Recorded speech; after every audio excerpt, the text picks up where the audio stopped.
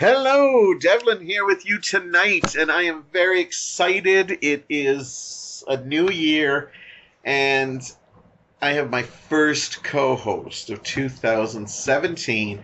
This is somebody that I have wanted on here for a little while. We've talked about it a bit, and it all worked out. I love how it all works out when we finally decide.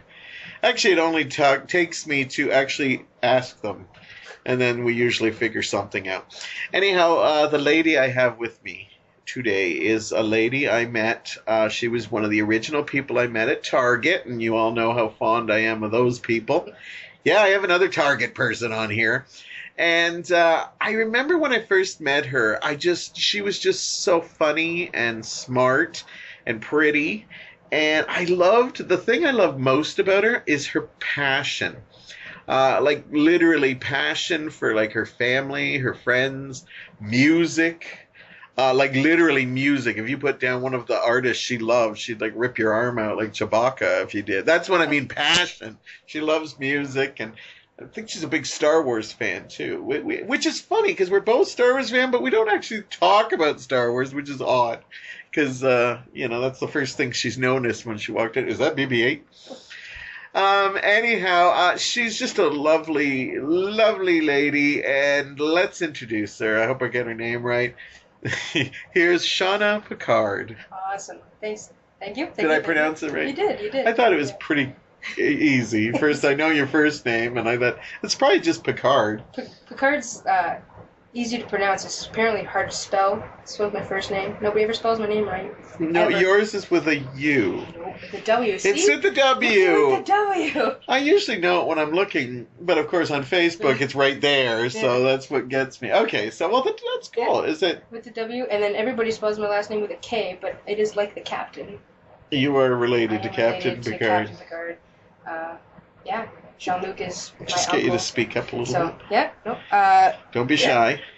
It's my first time ever being on a podcast. Are you excited? I'm very excited. I was like thinking about it all day today. I was like, is it gonna be good? Well, I always downplay my podcast. I always make it like, it's not a very big, but then I think, you know what? It's a legit podcast.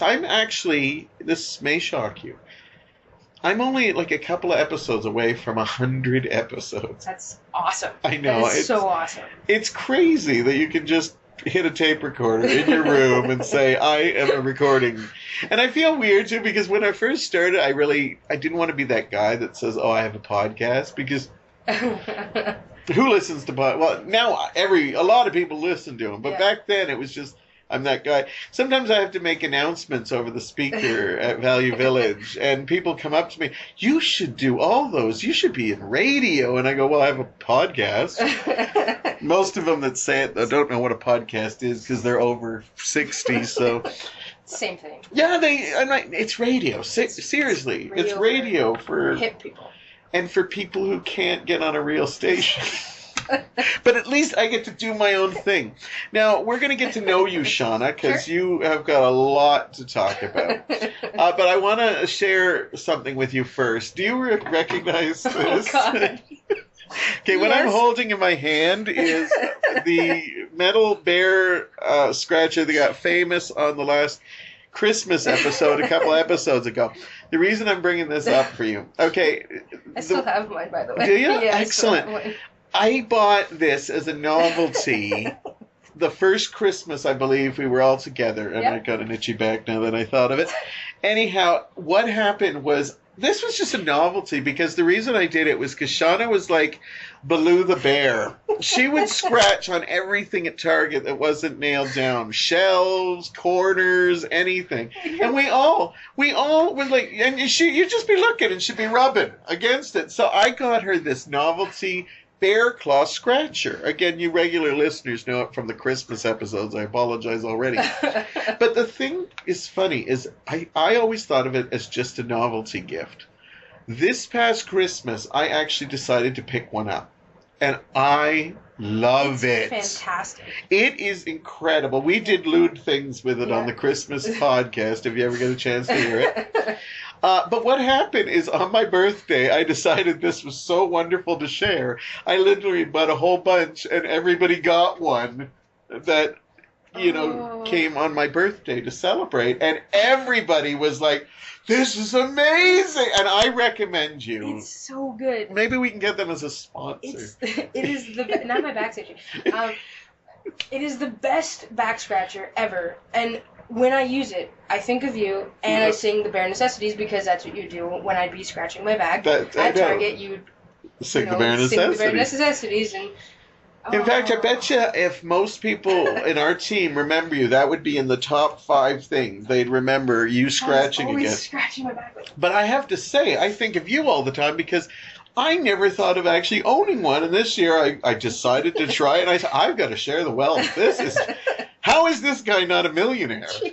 I got to check into if he is. It is so good. It extends, and it's metal, and it's, you don't get splinters. The wooden ones, you get splinters on your back. You got to, go, on top of your shirt. This one, you can bare skin. And my favorite part is when you hand it to people, they're kind of like, oh, this is different. And then when they try it, they get it. Oh, that's good. And it extends. That excites them, too. It's so good. I know. And I find myself, I sometimes run it through my hair. Just over my scalp. And it's very relaxing. I feel like if I did that, it would get probably caught. You would, but it's like a comb. It's like a comb. Anyhow, we have made this guy wealthy. Run out. Giant Tiger. That's where I got mine. Please support this. We'll have to take a picture with the bear scratcher. Bear scratcher. Oh my goodness. Okay, getting to know you. I love this part because sometimes I find out about people that maybe we didn't get a chance to talk about. Mm-hmm. And working at Target was awesome because I remember Sundays sometimes we worked together. Yep. And that's where we laughed a lot. Yep. Anybody who knows the Target team, we got in trouble for laughing and having a good time. Hear us from the other end of the store. Yeah, and I remember, and that's why we're having you here, because some of your stories were wonderful, but we'll get to that later. We're saving the best to last. But let's get to know you. Where were you born? I was born in Hamilton at St. Joe's Hospital on July 7th of 1990. 1990. I'm a 90s baby, and it's easy to remember my age, so when I'm super old, I just have to remember whatever year it is on the end, that is what age I am. So it's 2017, I'm turning 27 this year. It's really, really easy. There's no mathematics involved, which is good for my brain, which is normally what just constantly just stops working. It shocks me when you tell me, I know you're young, because you and one of the other people, Damien, were pretty close in age, but it always blows me away because you have a lot of knowledge. You come off as an old soul, not like an old person, but you're very mature for your age, is what I'm saying. I was raised by, when I was a kid, I always wanted to hang out with the adults. I spent time with my cousins, and I had friends that I wanted to be around, but the majority of the time I wanted to be with the adults. And so when you're constantly around people who are having conversations about things happening in the world at that time, you're not talking about cartoons on TV, you're listening to what adults are talking about. So I've always wanted to be part of the adults, and most of my people I hang out now are all more adults. My parents moved to the East Coast, and I hang out a lot of times with some of my dad's closest friends are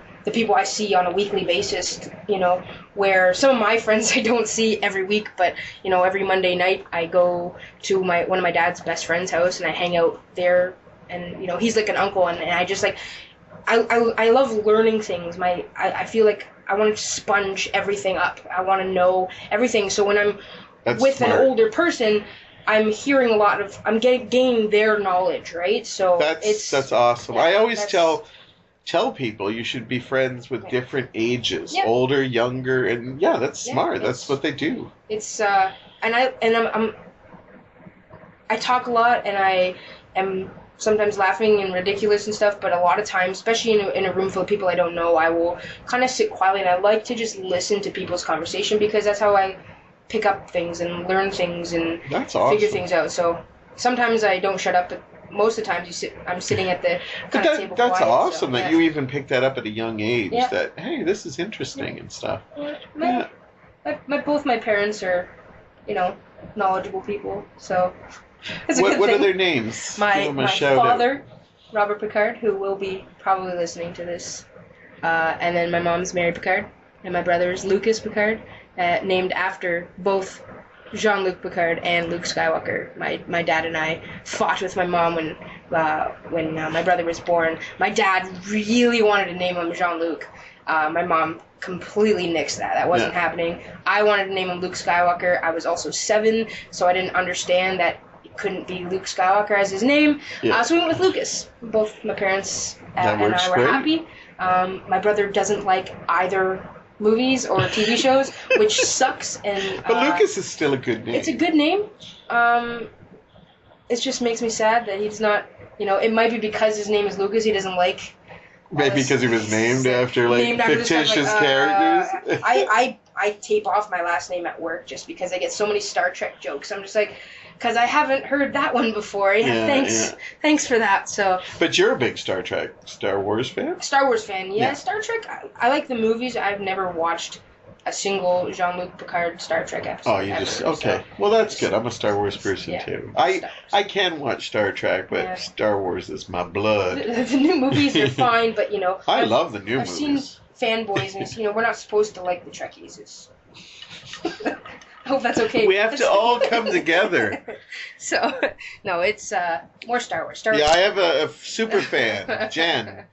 You gotta watch. She's a big Star Trek fan, as well as Star Wars, so don't get on her bad side, but we're good. I'm usually pretty good at not getting on people's bad side. No, you really are. Even though I try really hard, not actually to get on a bad side, but I'm really good at just, poking people as much as I can to a point, and then just kind of twisting just when I get them, and then okay, just kidding, I'm just kidding, I love you, right? And then I let it be, and then I just kind of go back to it. My best friend knows that, both my best friends know that that's what I like to do, thing. Right? So one of them handles it a little bit better than the other, and the other one just kind of gives it right back, which is fine. You're revealing your secrets. I'm revealing my secrets. Where did you go to school?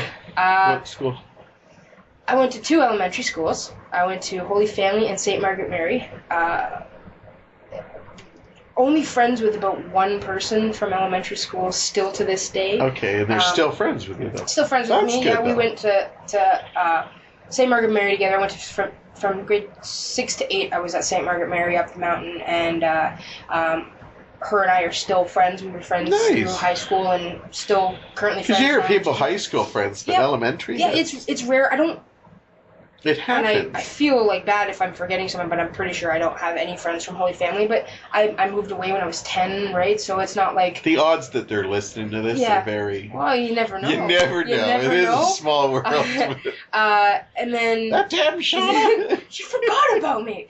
It'll be someone really important, too. But they're Catholics, so they can't be too upset. You know what? They gotta turn the other cheek. Catholic schools are worse than public schools. I went to a public high school. I went to Sherwood Secondary School. Okay. And that was...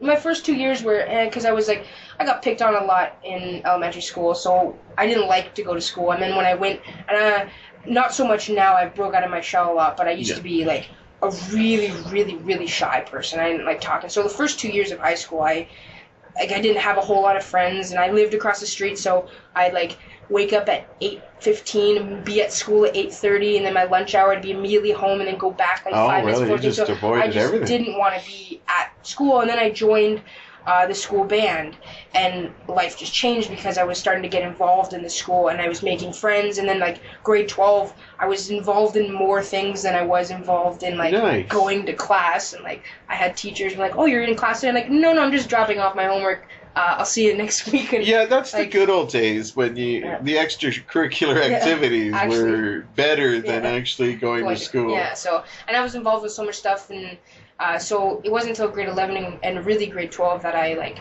kind of broke out of my being really shy. And what was the first instrument you played? Well, the first instrument I played was guitar, and I started when I was 11 years old.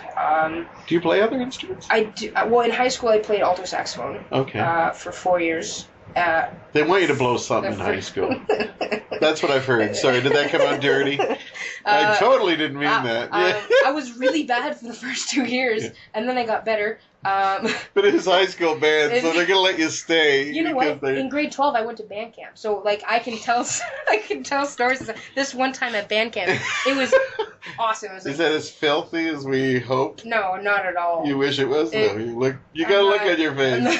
Your dad might listen to this, so you're not going I'm not there. saying anything, but it was fun. I almost died on a horse, and I'll never go horseback riding, so band camp traumatized me, so it's something I'll always remember for Were the you rest of my playing life. alto sax on the horse? That would have been awesome. No, we were just like, it was a ranch. Okay. We went to this ranch. I just assume everything's No, musical it's- in the band game. No, band camp, like, we'd have, like, practices and stuff, but we're on this ranch, and we would do archery, and we'd do all these different kind of things, and swimming and all this, but there were horses, and first of all, I'm short, and I don't want to ride a horse, because horses are, like, bigger than me. Yeah, and I was like, so the guy helped me get on, and then he's like teaching me, but this horse, they're like, you can't let your horse pass the horse in front of you. Then they'll fight each other or something stupidly crazy like they that. got an attitude.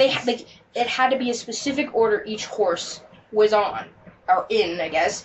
And my horse, like, we're walking, and I'm like, okay, this is uncomfortable. First of all, my ass hurts because it's like Yeah, I know. flopping up and down. My ankles are like, The beauty idea of riding a horse is there, but Yeah. then when you think, like, holy shit, look at the size of that damn thing. yeah, no. Well, and I got a short one because I am short, so they gave me at least one that was like somewhat. I'm just picturing this manageable little to get- donkey. No, it wasn't a donkey, but yeah. So we're like on this trail, and everything is okay. I'm trying to like somewhat control it, and then we're like kind of along this edge. It's not an edge, but there's like a cliff to our right, Good lord. and the horse just decides to boom go up the cliff. I'm like, oh my god, I'm gonna die, and I thought I was gonna fall off the horse, and then like I'm like pulling it to knot, and it's like halfway, and then it curves, and it started to slip. And I'm like, oh my god, I'm gonna die. Today is the day that I'm going to die. And then it like got back on the trail, and I was panicked, and then I'm like, never again. I'm never ever. And I Do you have a fear of horses? I don't or have a just- fear of horses. you They're just don't want a beautiful. horse ride? I just have absolutely no interest in ever horseback riding again. I You know what I'll understand. do? I'll get in the carriage in the back, and it can pull me, but I'm not getting on top of one. That's not Yeah, no, ever well, happening again. understandable. You had like this little short guy that apparently wanted to do like cliff climbing. Climbing is apparently I had the adrenaline junkie horse. Like it's just like nope. Yeah, that would be terrifying. No, not and that's again. all at band Yeah, camp, that's- ladies and gentlemen. That's the memorable thing at band camp I can remember. Did So, you go to college or university? I did. I went to Fanshawe in London, and I took television broadcasting, and That's right. it I was forgot about that really, really side. fun. Yeah. That's where I met, some of my closest now friends, and my one friend, probably my closest friend from college, is getting married this year. I'm super excited because I am a bros maid.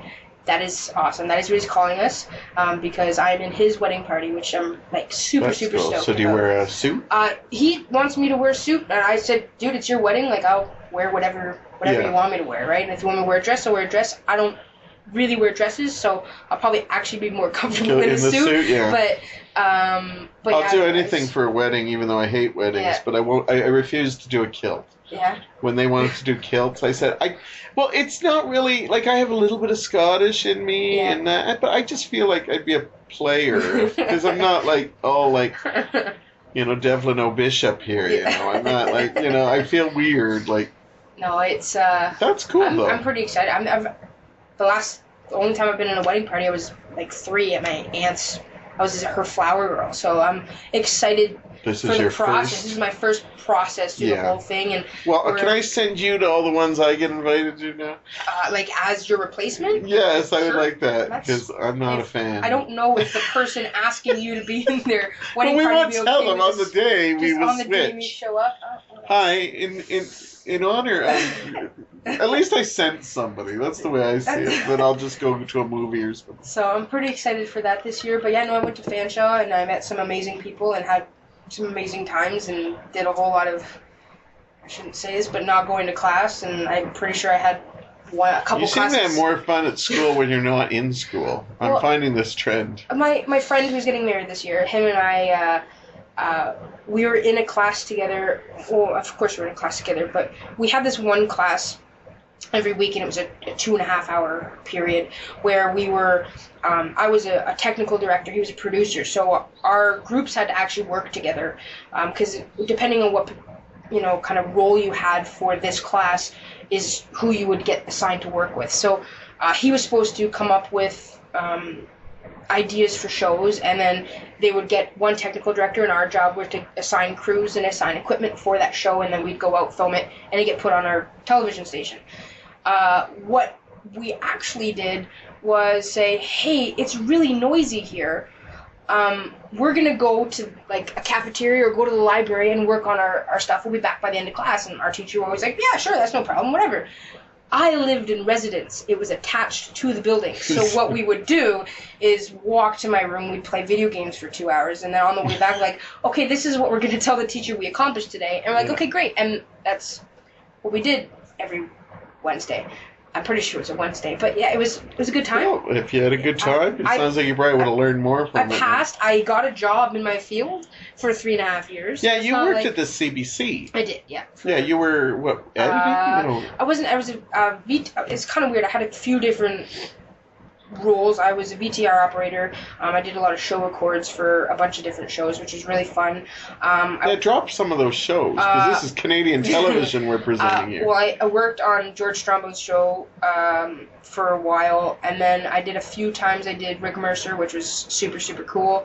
I worked on both of their cooking shows, so they had Best Recipes Ever and In the Kitchen with Stefano. I'm pretty sure that was called, which is an awesome show. Yeah, no, he was a cool guy. He was awesome. Best Recipes Ever, I wasn't a huge fan of working on. Yeah, just because I watched it. And it's not good, and I could tell you some stories, but I don't know if I'll get in trouble, so I'm just gonna. We'll save them for after. We'll save them for after. Yeah. And like I worked on Stephen and Chris, Ron James show. There's tons. Awesome. Yeah, there's tons of shows. You did hockey too. And then I worked in sports. Yeah, and that was where I kind of like. I started in the ingest room. I got put on shows. But I like to think myself, I'm kind of like a little force, right? So once I'm doing one thing, I immediately want to learn another thing so I can add that to what I do. And then as soon as I've mastered that, I want to add another thing. Nice, so, that's a good way to be. I wanted to be an EVS operator, and that's what the system's called that they do a lot of the sports replays with. And I love sports. I love watching hockey. Were you a sports fan before you did this? Oh, yeah. Oh, so this so is it was awesome. kind of like a goal for me is I want to get into sports department at CBC. The problem with the sports department at CBC is kind of like how we were at Target, a very, very tight-knit family. So it's hard to get into that, yeah, right? You're waiting for someone to leave or... Not even leave, but it's just, they got to kind of accept you as one of their own. And so it's a little bit of working yourself into their hearts almost, like, to get them. But then once you're in. Everybody's loyal to you, and you're loyal to them, and it's, you become very close to those people, and I did, and I was very lucky. I got to work on Sports Weekend a lot, and I made a couple really good friends, and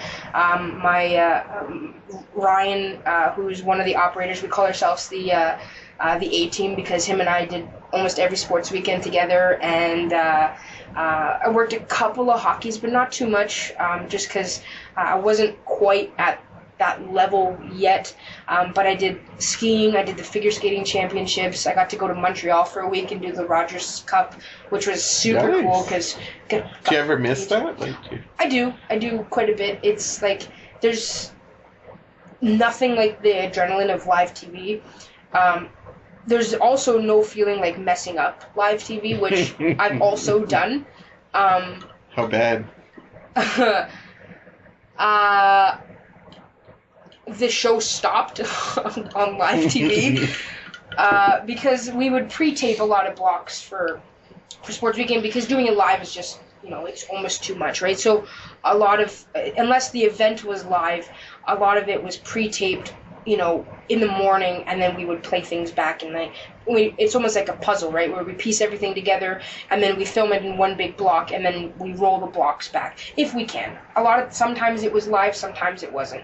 But the one time, there was a little bit of miscommunication between operator and associate director or assistant director, and nobody told me that they had to reset the taping, and so I still had the old time marked in, because I was also taking things in from the edit suites and all that fun stuff. Okay.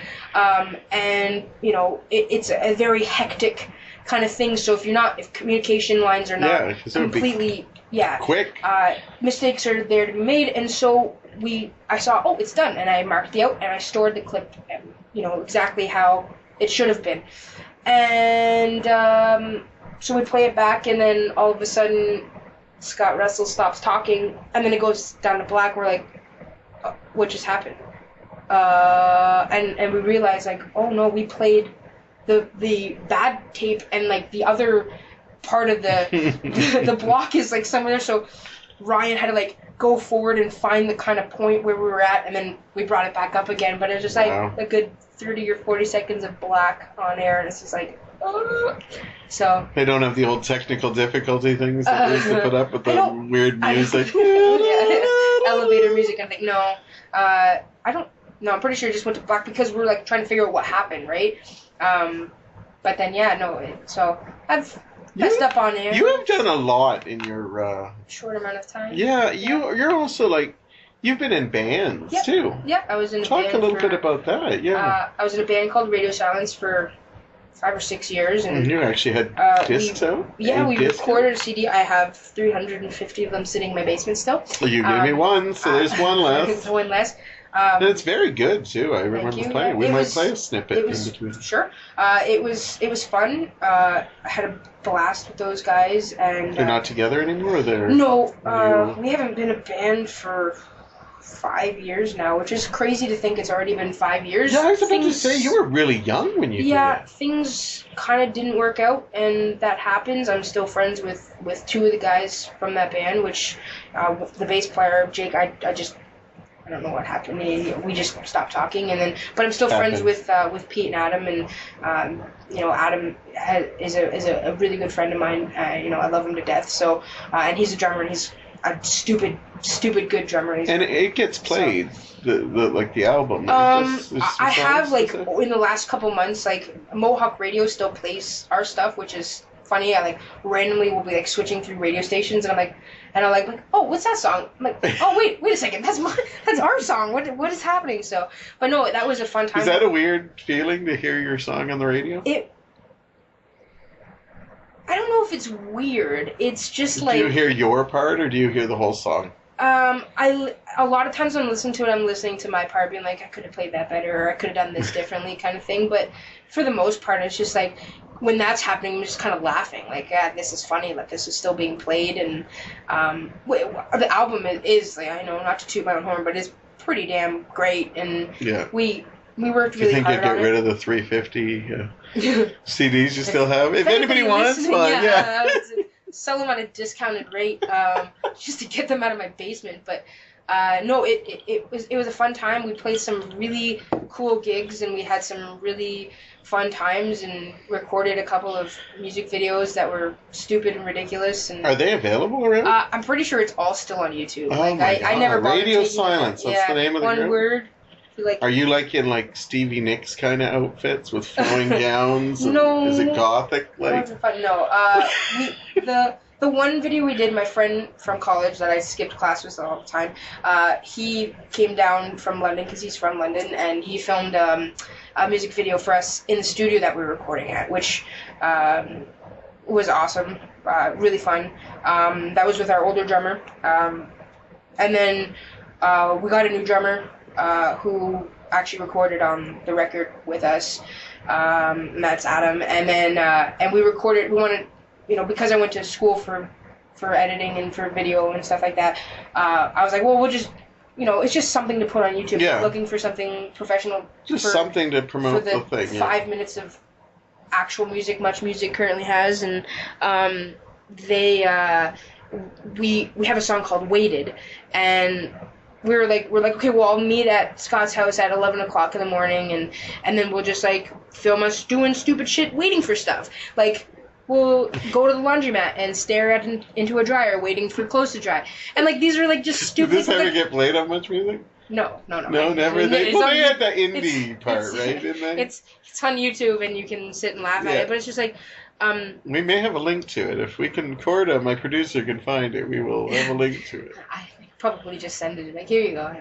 I'll make it available. I'm not too embarrassed about it, but I like that you, even if you think it's cheesy, you're okay with it because it's you're you. It's meant to be cheesy, right? It's not. Yeah. It was nothing we did. The music we made was meant to be serious, because that's, you know, at that point we're like, okay, let's write some really cool stuff. But when it comes to videos, like, one of my favorite bands is the Foo Fighters, and they have the greatest music videos of all time because they make fun of the humor, idea. Yeah. It's all funny, and music videos are, you know, why do you make it serious, right? You should show kind of your personalities, because that's, you know, people are watching you, right? If you're just watching this, it's boring. Do show your personality. And we were 5 of the most ridiculous people, especially when we were together. Ridiculous is just constant laughing. Well, we go to meet at 11 o'clock in the morning, and Jake, our bass player, hadn't shown up yet. So we're like, well, let's just start filming stuff, waiting. And he never showed up.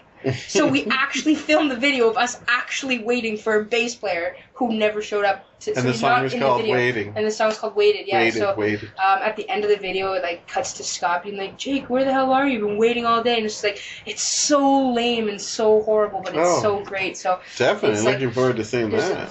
Shot of like just the clock, and we actually went to the laundromat, and like there was somebody in there like being like, what the hell is going on right now? And we're just like, well, I know I put a couple of tracks on my MP3 because I really liked them, and every once in a while they come up and I'm like, who's this? Oh, that's that Shawna's group that she was part of. I don't listen to it too often, but now you are in a band now, because I know you were looking for something a long time ago. There's a couple of things I'm trying to start with a few different people. Nothing. It's hard to find time, and I've been getting a lot of like live sound gigs, which what I kind of grew up, you know, doing. My dad owned a sound company, so it was something like since I was old enough to wrap cables and lift stuff without my dad feeling like he was child labor, slave, get in trouble stuff. He had me doing these things. Like I'd have like time slots where my dad like, okay, after school today you're gonna clean all the cables, and I'm just like, okay, great. And so like very specific how. Is that where you got your love for music? That's through my dad, and my dad's side of the family is very musical. My cousin is a recording artist who travels everywhere and sings, and she won a Juno last year, which is awesome. And, nice. And then like my uncle Rick, he's a drummer, and it's just very like when we have family gatherings with my dad's side, there's always music and always jamming, and it is a wonderful thing because you're connected to Anne Murray's Snowbird, right? Yeah, my uncle wrote that. Yeah, Bruce something? Gene McClellan. McClellan. His daughter, my cousin Catherine, that's who, she's a wonderful artist, and she's like, I listen to her, actually I listen to her a lot of times. If I can't fall asleep, I'll put her album on and listen to it because it's so, it's just so soothing, and she's got such a wonderful voice that I, like, it just like, when you're trying to go to sleep and your mind's racing, I just put that on, I concentrate on that, and it just like just levels me out, and it's just like, okay, now I'm calm and now I can actually fall asleep. So it's just like, I still remember when we were in Target when you told me about was it your uncle? It said, he was a songwriter, he wrote a couple of big songs and stuff, and then you were just like, I wrote something called Snowbird. I go, Anne Murray Snowbird? That's huge. That's like Canadian royalty. That was the song that put her on the map. Yeah. And it was featured in a Family Guy where they were upset with her because she. I forgot about that. Yeah, I think his name might even be in it or something. I don't know. I think you made it. Somebody said yeah, because I was watching it and they had kidnapped Anne Murray because the whole thing was that Stewie was obsessed with Anne Murray because her lyrics were so awesome. And then Brian falls in love with some of her music, and then they find out she didn't write any of it. And I remember they make a comment about who wrote Snowbird while they're trying to torture her to find out, like, this has to be you. Yeah. And I swear they mentioned who wrote Snowbird. I think they actually did, but I can't fully remember because it's been a while since I've seen that. But yeah, I'm gonna have to look for that and see if they do. Because wasn't that neat? You're kind of pretty cool. Linked to somebody mentioned on Family Guy. Not the fact that writing a Snowbird was enough. That's pretty cool too. But I did that, and then he also did because I remember. I actually know somebody who's not a big fan of that song, and I said I know somebody who's related to who wrote that. Yeah. I thought it's weird. It's he also wrote "Put Your Hand in Hand" by that Elvis sang. So Ocean cool. was there. They had everybody put your hand in. Really? Yeah. Wow. So, and my cousin is just as good of a songwriter. She's amazing. What's your name? Give her a shout out. Catherine McCown. If you want to sleep, no. Not you want to sleep? She's got.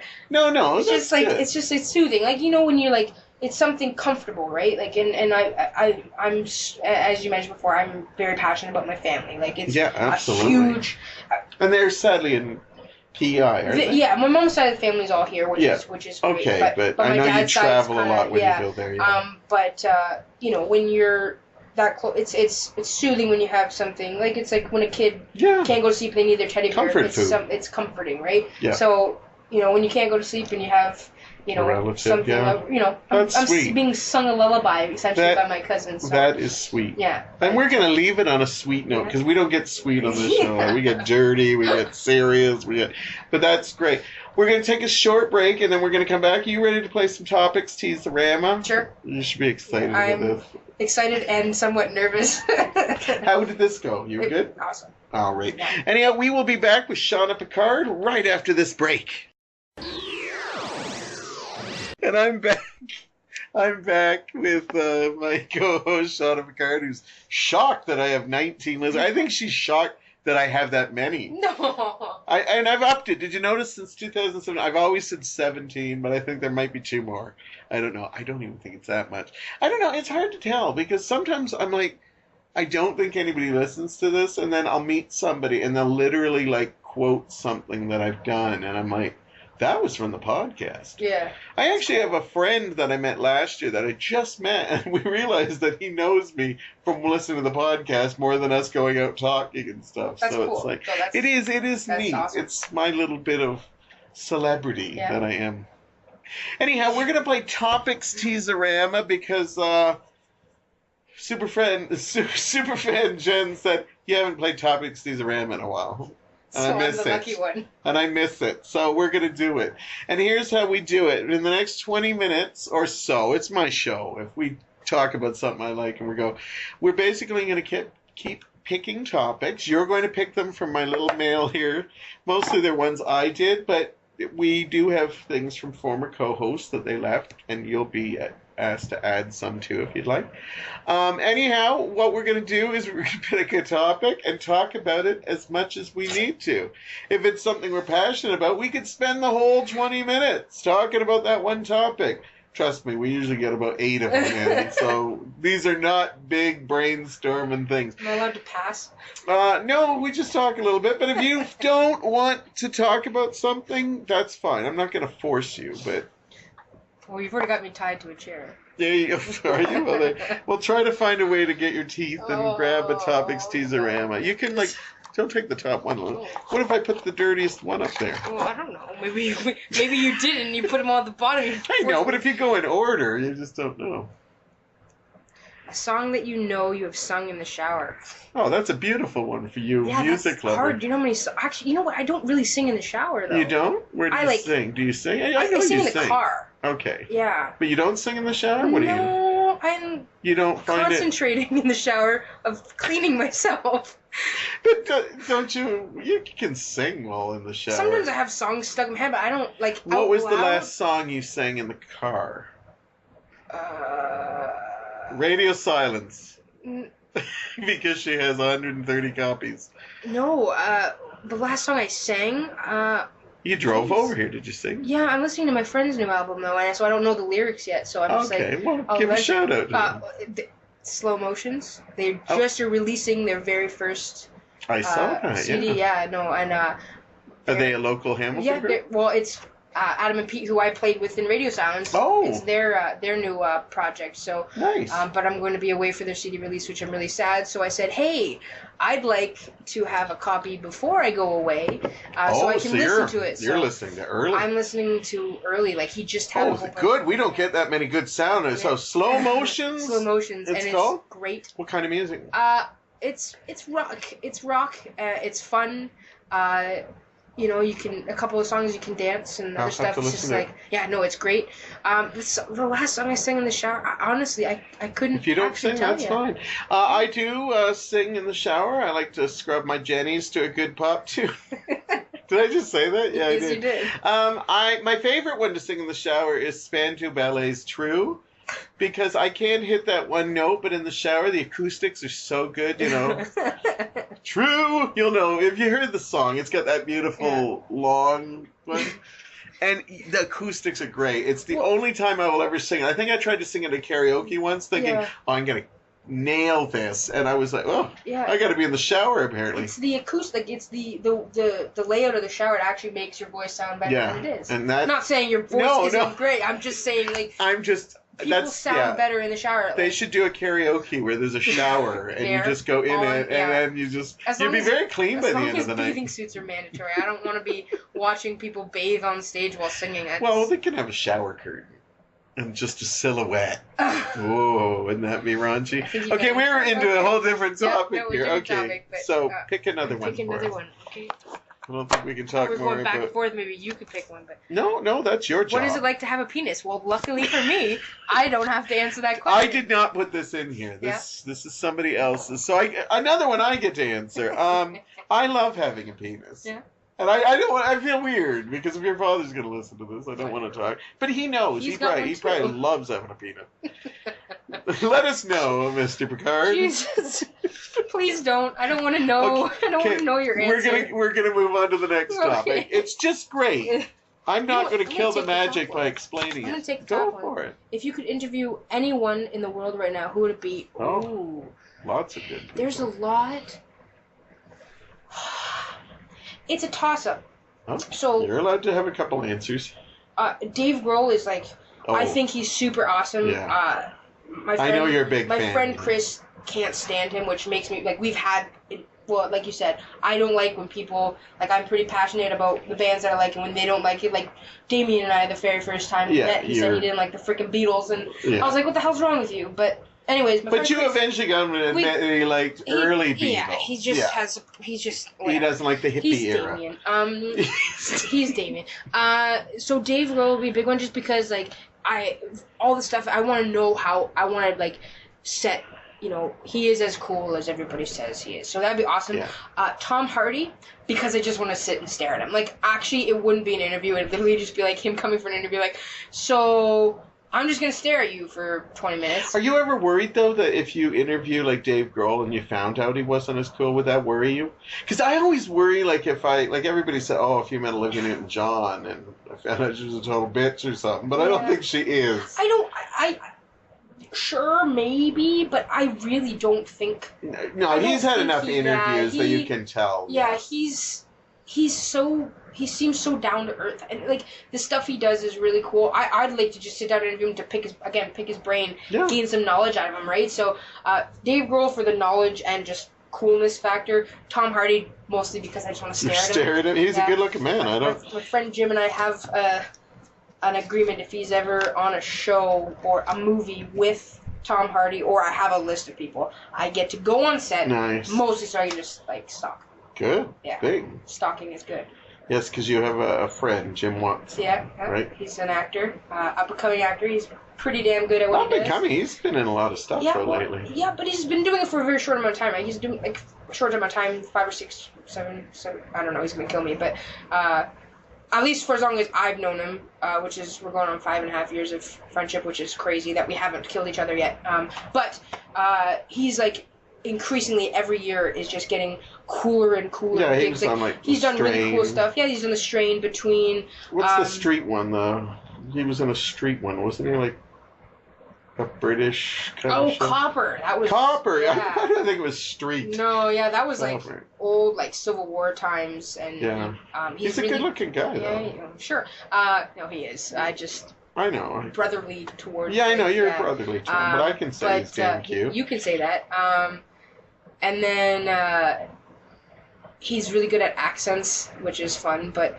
It's a running joke that his best role he's ever had is acting as my friend, which pretending to be. It hurts my feelings, but no, we have that really cool agreement that pretty much I'm going to stalk people that he's in stuff with. But and you're good at stalking. We're getting off topic. Yeah, we're getting off topic. Who do you want to interview? Yeah, I should say somebody I guess I should say somebody like Queen Elizabeth or Justin Trudeau, but I'll go with my obvious answer, Shia LaBeouf. Because that boy's weird and I want to spend a lot of time with him. Because he's cute, and he's weird, and he's eccentric, and I love him. I'm a Scientologist. Scientologist. What I'll do is, if Jim's ever on a thing, I'll see if I can... Oh my god, yes. Jim, if you're listening, you need would to make that happen. Would he be listening to this? I'm going to force him to. It would be like a celebrity listening to this. Yeah. That would be mind-blowing to me. What I'm going to do is I'm going to make him share it when you post it. And be like, hey. Do you have that power over him? Probably. I'm going to watch. Let's get our next topic. Okay. I'm not going to hold you to that, but Jim, I really like your stuff. Shakespeare. Oh, God. Are you a fan of Shakespeare, or have a favorite play or sonnet? Because I can see you reading sonnets all the time. I was in Value Village. Yeah. Not too long ago. And I'm surprised you're admitting it. Most people don't say they're there. And there was a Shakespeare sonnets thing, and I was just like, huh. I've never read any of these before, and I put it back on the shelf. Where's the Beatles? It was like $5. I was like, no, I listen to music. I don't. Why were you intrigued by it? Were you surprised that he did short stories? I was with my friend Jeffrey, and he reads tons of stuff, and I'm like, hey, have you ever read these before? And he's like, it's Shakespeare sonnets. I'm like, yeah. And he's like, and he just kind of looked at me, I'm like, all right. And I just kind of put it back on the shelf. I'm like, I guess you don't want that book. I thought it was good for you, not for me. Shakespeare is a wonderful writer. I believe that he was probably... I know people call him like the greatest writer ever, but I honestly think that he would have been a CW like teen show writer if he was around. You know what? I'm not saying anything, but I find that his stuff is good, but I think because we don't have a lot to compare it to... Yeah.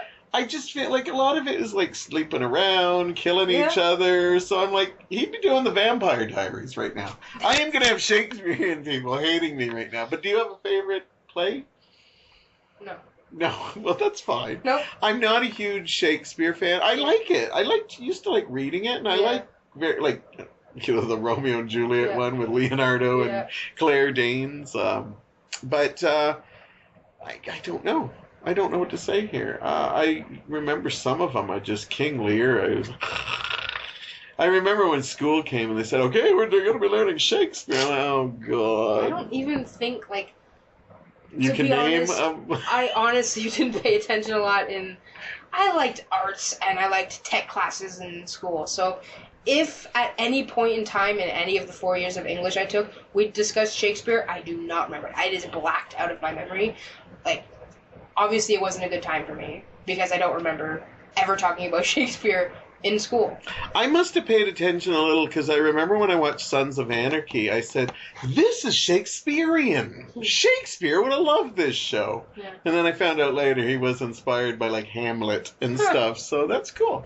Let's move on. Right. That's all we can say about Shakespeare. I think he has a steakhouse in Rotterdam. The Return of Vinyl. Oh, that's a good one. These were getting good ones for me. Yeah. Are you happy that vinyl's returning? Yeah, it's fun and it's great and it's cool to sit and they sound fantastic. I have a vinyl player at home actually that my dad wants back, and he had given it to my best friend's dad, and then I was like, well, I want the vinyl player, and I've had it now for 4 years, and I've never hooked it up. I have vinyls at home. I have a vinyl player at home. I just, like... We call it record players, actually. Record players, whatever. I just like that. I have a vinyl player. I have a record player. Is that what the cool kids are calling it now? No, it's called a record player. I'm just... That's okay. I love it. Vinyl in my head. I was going to let you go with it, and then I finally said, no, it's driving me crazy. She's saying vinyl player. I'm trying to change, actually... the way people talk. You want to change it to vinyl player? Yeah, vinyl player. No, I have a record player at home that I've never set up, but no, it's great. It's it sucks you can't listen to vinyls in the car. Actually, there was a little segment in the 50s or 60s, they actually had a car where it had a dashboard that came down, and it didn't really go anywhere because that thing would be skipping left and right. Every time you hit a You gotta look it up on YouTube. There is they tried to put record players in cars. Just imagine driving down Burlington Street with like that world's worst road, just like skip. It's funny because I'm talking with somebody young. Do you actually remember when it was here the first time? Were you young enough to remember that? So when I say the return of vinyl, that's the thing. My dad, my mom and dad had vinyl. They had tons of it. I remember being like 3 or 4 years old. My mom loves Rocky Horror, just one of her favorite. I like your mom already. Yeah, my mom's amazing. I love her so much. And she taught me how to do the time warp. And I remember we'd either put my dad really got mad that my mom let me watch the Rocky Horror Picture Show when I was so young. But when you're that young, you don't understand what's going on anyways. But we had the vinyl, and so my mom and I would put it on all the time, and I would do the time warp. I don't dance in public now, so it doesn't matter. But I know how to do the time warp, and I have known since I was 3 or 4. So we had vinyl in the house all the time, which was awesome. So it's not really a return. It never really left. Yeah, I grew up with it, and I used to love getting albums. And I remember you'd get one and you'd play it, and then you'd just look at that album cover, and it was so big, and if it was like a band that you really liked, you're like, and then you'd read all the lyrics, and you'd be like, opening up and hoping the lyric sheet would be in it because not everyone had it. It's like, damn, it's only plastic. But then you'd be excited, there's my Xanadu vinyl there that somebody gave me because I think I have one, but I can always have more Xanadu vinyl. So, and then when CDs came, they sounded nice, but it was not as fun to open up your CD and, well, there's lyrics here, but I need a magnifying glass now. Vinyl's it's just a cool way to listen to music. Like it is. Yeah. You just sit, you kind of, put the needle. I'm always terrified to put the needle down. Like, I'm going to ruin it, or in the middle of a song, and then, like a scared cat jump up 10,000 feet and lose a life or something like that. I always like that, Yeah.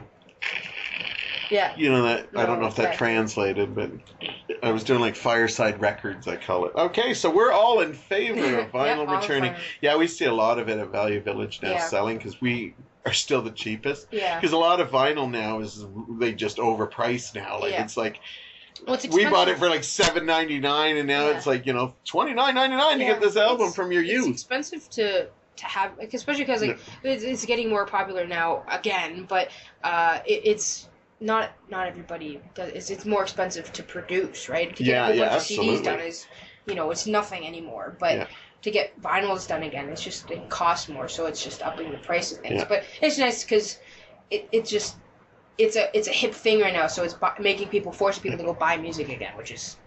So why don't you pick another topic, and we remind you that she has a lot of radio silence CDs still available, not on vinyl. If you could have one album on a deserted island If you could have one album on a deserted island with you. Oh, okay, yeah. Yeah, sorry, yeah. You're getting all the music ones. I am. What are the odds? She's not looking at these, I swear. No, well, the penis one was in. I don't know that I can pick one. And people all the time, like, what's your favorite band? And I just look at them like, I can't pick one person. I have certain things that I like, at certain times in my life, at certain days and certain times. So let's tweak it a bit. What are 3 albums that you always have to have in your collection, whether it's vinyl, CD, if cassettes come back? Mute Math is a big. I'm a huge fan of Mute Math, and it's not group Dayton? It's a group. Okay. They're a group from New Orleans that are unfortunately not as big as they should be. They're absolutely fantastic musicians. The greatest band I've ever seen live. Other than Paul McCartney, because it's Paul McCartney. Yeah, it's I'm, as we talked about, I'm a huge Foo Fighters fan, and if Foo Fighters and Mute Math were playing in Toronto at the same day, I would go see Mute Math. Sorry, and they're really? They're such a high energy band. They're so great. So I don't know if I could pick one album out of their albums that they have, but they have a greatest hits. They don't. They should always go for the greatest hits if they have it, but. The John Mayer Where the Light Is 2-disc set. Can I count? Sure, yeah. 2-disc sets. It's the Live from Los Angeles record. My favorite song of all time. I'd have to say probably my favorite song of all time. That's a big commitment to make, which I don't. I'm afraid of commitment, so it's a big commitment to make. It's a song. But Gravity by John Mayer. That's like beautiful. I can just sit in my car and I'll like repeat it. And my friend and I have done that. We're like, let's just listen to it one more time. And we'll sit in a parking lot and just listen to it. It's a beautiful song. It's one of my favorite songs. So he's so underrated. Yeah. Like, a lot of people call him overrated, but some of his songs... It depends on what you're listening to. His poppy stuff, not so much, but his trio stuff is absolutely fantastic. As, you know, I'm a big fan of his guitar playing. And, you know, musically he's great. I don't know personally I've got mixed reviews on how he is as a person. He's really tall. He bangs a lot of people. If I looked that good, I'd bang a lot of people too. But yeah, it would be John Mayer, that record specifically, and I don't know. I could pick a third one. Something Motown, I guess. Something Motown greatest hits. There you go. Yeah, there's tons of them out there. You know what? So. I'll make Shawna's mixtape. There you go. That would be the best way to go. I might actually just have end of the world kind of zombie apocalypse thing happening. Yeah. Just in background like this, just in case if something happens, I have one CD with all my favorite songs. I'm gonna have to go with Olivia Newton-John's greatest hits. It's a little harder because she has a couple of them, but we'll get a nice collection. Yeah. I need my Olivia. Yeah. And then I will go with, I don't know if you're familiar with ELO, Electric Light Orchestra. I've never. They actually have an album that wasn't one of their big albums. They did a lot of concept albums, and it's an album called Time, which is, it tells a story about the future, and I love that album. It is so amazing to me. And, people hate it. Even their fans, probably one of their least favorite albums. I'm going to put it from the album. And again, the third one's always the hard one. Maybe Rocky Horror, because I love that. Maybe even Phantom of the Paradise, which is another soundtrack that I think is... Some of the songs are slightly better than Rocky Horror, but it's hard to say. We'll go with that. One more topic. How are we doing here on time? Why is it not coming up? I'm talking about the computer. Okay, we're good. We'll do one more. Next movie you're looking forward to seeing in theaters. There's a lot of big ones coming out this year. There's a lot of big ones. Say a couple. The next movie that would be Guardians of the Galaxy. I'm really excited. Yeah, it's gonna be awesome. I'm really Star Wars. I want to find out the next line of. What's happening in the saga for Star Wars and everything like that. Imagine she hands the lightsaber and he just says, "What's that?" He's got amnesia or something. Nobody would see that coming if he did, right? Nobody would. Also, sad about Carrie Fisher. So I'm sad, seeing how if they're gonna kind of axe her out of this movie or write her out of this one or write her out of the next one. Well, she's done all her filming. So hopefully they But the rumor is that apparently she had a bigger role in 9. Shoot. Right, and so now Disney just released something that said that they're not, at this moment, they have to phrase it right, not going to be CGIing her because it is too much they have to do. Yeah. So they're now deciding whether they rewrite the story, but apparently she was huge in 9. Yeah. Or they'll have to talk about possibly recasting. Yeah. And that'd be weird. I know, but I've been thinking about it, and I don't want, between 8 and 9, in the scroll reading, heartbroken, Princess Leia dies. I think that'd be horrible, that thing. So I'm almost leaning towards recasting, only because I don't want them to go away from their original story. And if she's big in 9, it would be hard to see, Sigourney Weaver or whoever they would get. That's a lot of pressure, too, for that person. Oh, I know. Yeah. But I think for the story, I think it'd be better, or... not just CGI Princess Leia. That would look really strange. Yeah. But she could wear the princess costume again, the slave girl costume again. They just get a mask. Just a mask. Well, or you can I know this is horrible, and I'm probably going to go to hell for saying this. You can like take a mask. I know she's dead. It's horrible, but you can take a cast of her face and then just put it on top of an actor's face. Yeah, we won't go there. That's just weird. My buddy Jim, he has to do that for the Strain. He's like the dude that I can't remember his name. The guy who played Filch in Harry Potter is the vampire hunter in the Strain, and my buddy Jim plays the older version, and so they have to like do prosthetics. And unless I'm wrong, which I've like not paid attention to anything Jim has said to me, but they put essentially they make Jim look kind of in between him and whatever this dude's name is, which I can't ever remember because I'm horrible with names, but. Yeah, I guess Guardians and Star Wars would be my ones I'm looking forward to. I can't actually think of anything else. Spider-Man will be... Yeah, Spider-Man's coming out in July, I think. Yeah. Guardians definitely is one I'm looking forward to. A little bit of the nerd in me is kind of wants to see what they're going to do with this Power Rangers.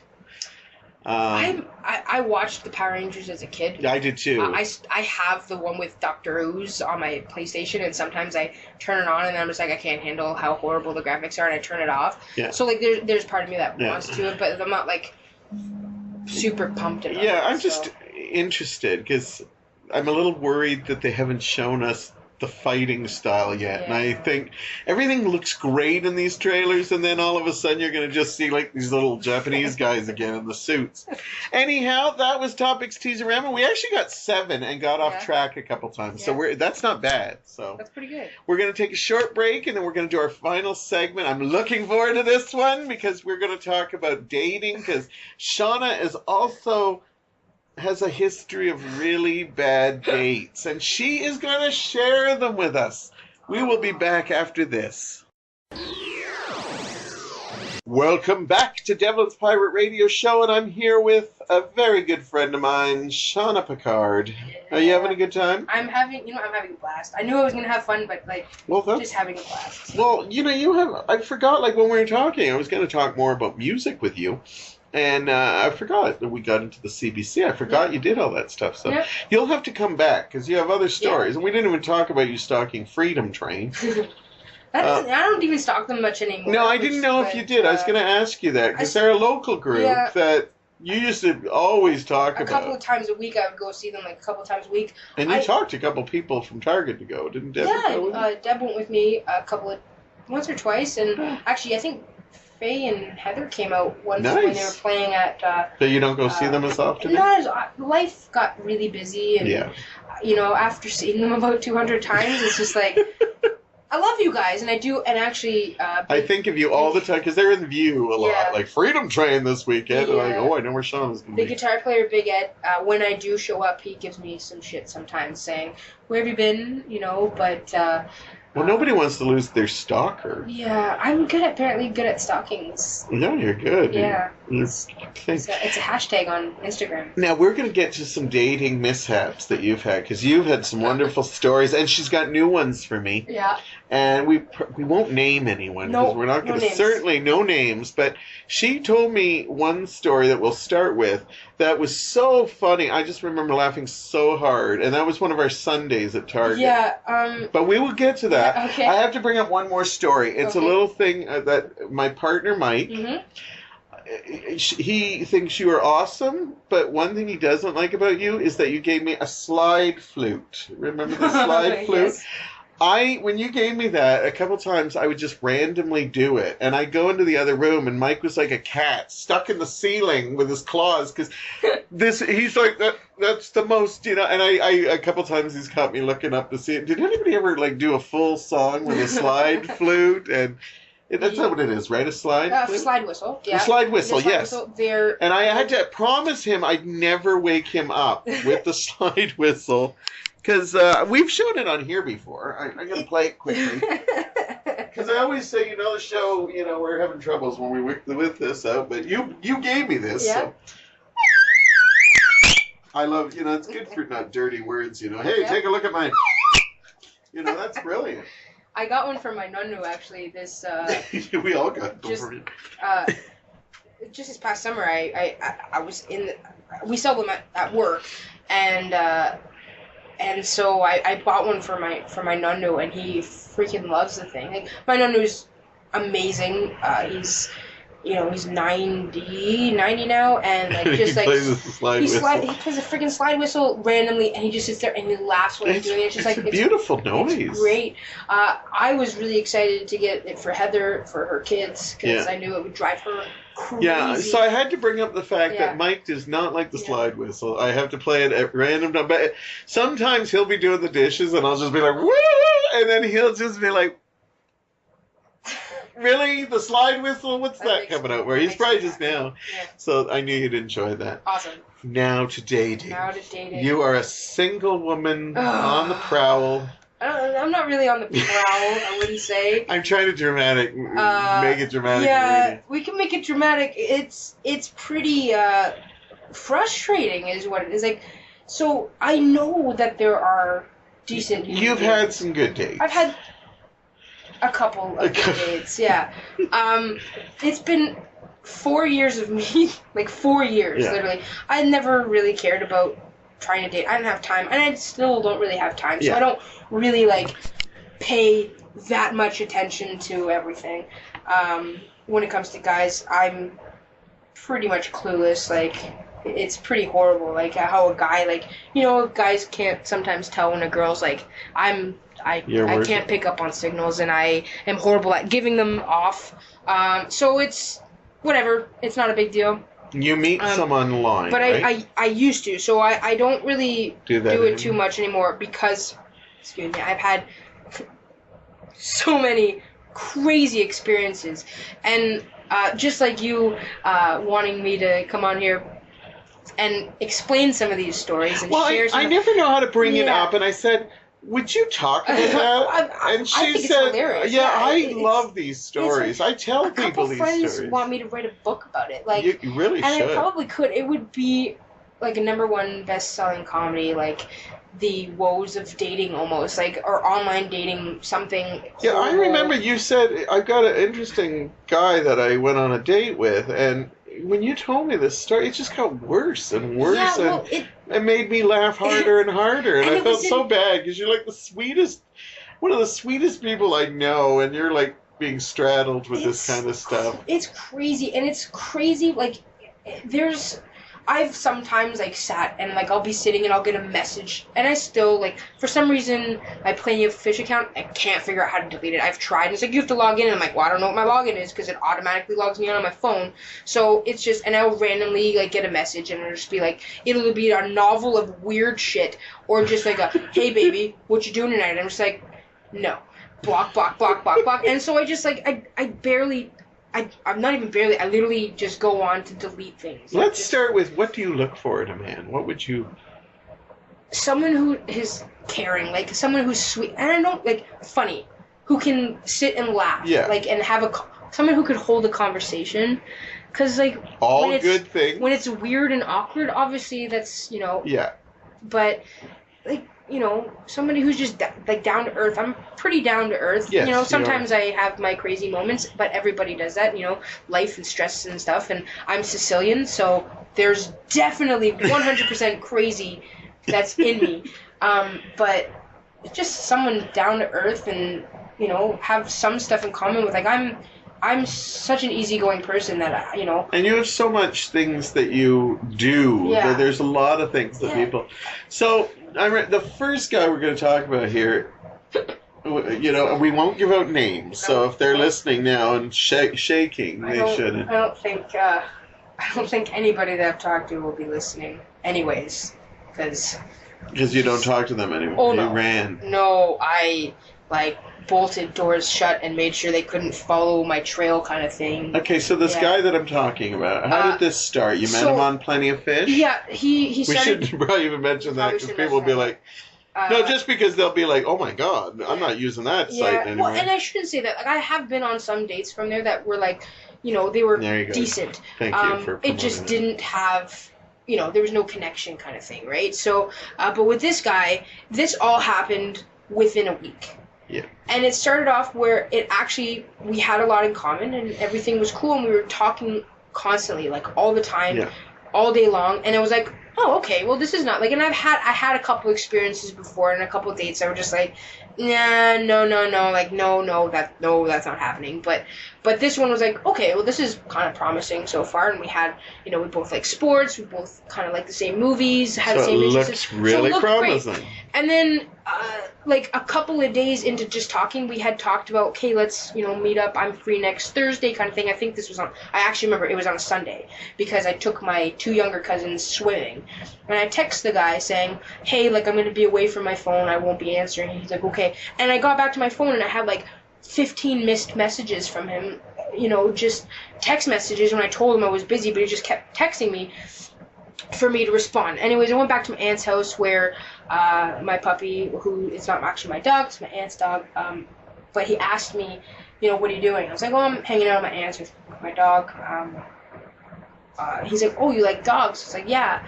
He's like, well, what's your favorite kind of dog? I'm like, probably a husky. I love huskies. They look like wolves. Wolves are awesome. Huskies are gorgeous. Yeah. And so I just took my cousin swimming. So it's the summer. I'm actually pretty sure it's August. And this guy responds with, oh, great. Looks like I know what to get you for Valentine's Day. Whoa, buddy. Okay, hold on a second. It's August. The first couple of days you're chatting. We've been talking for 2 days, and you're planning on buying me a dog for Valentine's Day? And I was just like, what? Like... That is pretty... that's crazy. I'm like, first of all, why would you buy me a dog? That's something I have to take care of. Like, I love dogs. Eventually in my life, I'd like to have a dog.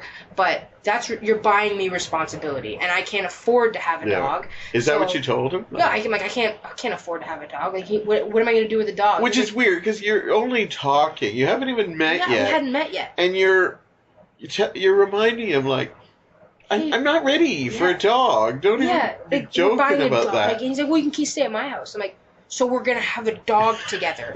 We've been talking for 2 days. I was like... Haven't had a first date. Oh, my God. Haven't had a first date. Exactly. I'm like, we haven't even met yet. He's like, well, it's okay. I have a good feeling about this. I'm like... Which you did. And I did, too, but that was, like, the first, like, huh. And not the 15 missed messages between the fact that you said you'd be away from your phone? That would have been my first... maybe that the was guy my was... warning alarm. He might... Yeah, he was bored or whatever, like how you say bored, I say lonely. Lonely.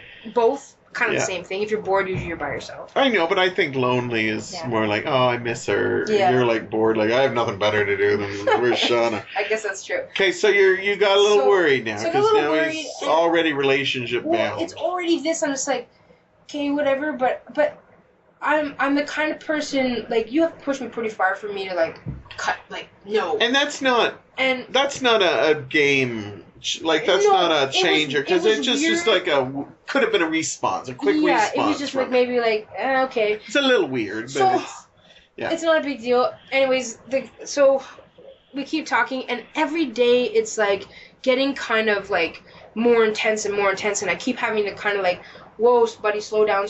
We still haven't had our date yet. We haven't had our date yet. And, like, I'm skipping a whole bunch of stuff. I don't even remember this. It's so long ago. You're still excited about this, because... So I was excited about it, but as it got closer to the date and he was getting worse, I was getting less and less excited. So this date, I then was like, okay, listen, like, this is more of like a hangout.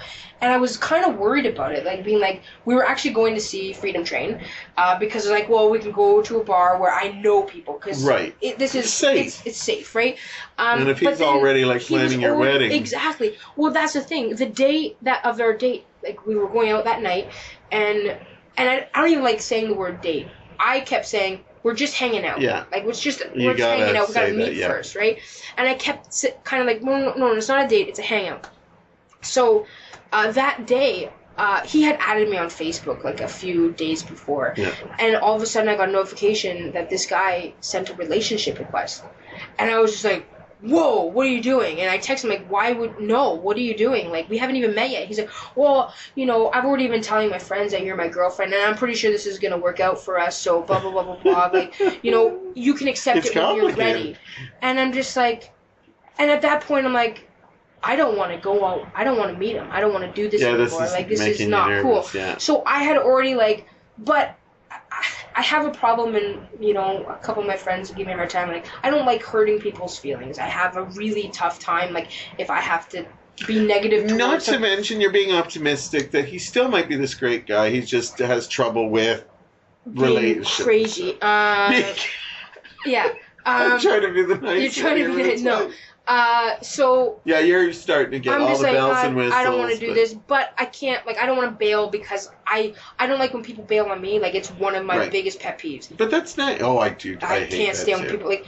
You make a plan. Stick to the plan. Yeah. Right. Unless it's like emergencies stuff, work stuff, comes up, that's fine. But like, don't bail on me because. Oh, I know. Whatever. Especially if it's the lamest excuse, and you got to be like, oh, that's great. So I don't want to be a hypocrite, right? So I would, but I bring my cousin. I made my cousin Christopher come with me because I'm like, dude, I don't want to do this alone. Like, so you're this safe. You got friends. You got your cousin. Not have to be by myself, and it doesn't make it a date because it's not just the two of us. So it's a hangout. Right. So, smart that you stress that. Yeah, we show up, and this guy, I told him like I'll be there, and like I told him I'd be there in an hour. Had you seen a photo of him? Yeah, we had actually talked on Skype.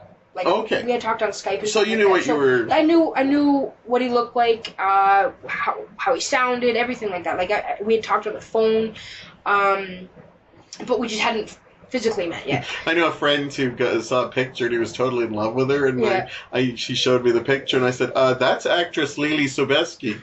Oh no! She picked a really obscure actress, and it's like he goes, "It is not." And I go, "I'm totally telling you, that's an actress." Oh my goodness! Anyhow, sorry, continue. That's why I like the Skype. At least you get to see. At least you know, like, legitimate. That's a person. So. He's already there. I told him it'd be an hour. I was there in a half hour because I wanted to kind of get there and like kind of just give, the guys in Freedom Train a heads up. Sure. Like, hey, this guy, I don't know him, but whatever. And the guy shows up and it was super awkward. He had texted me saying, sorry I haven't texted you a lot today.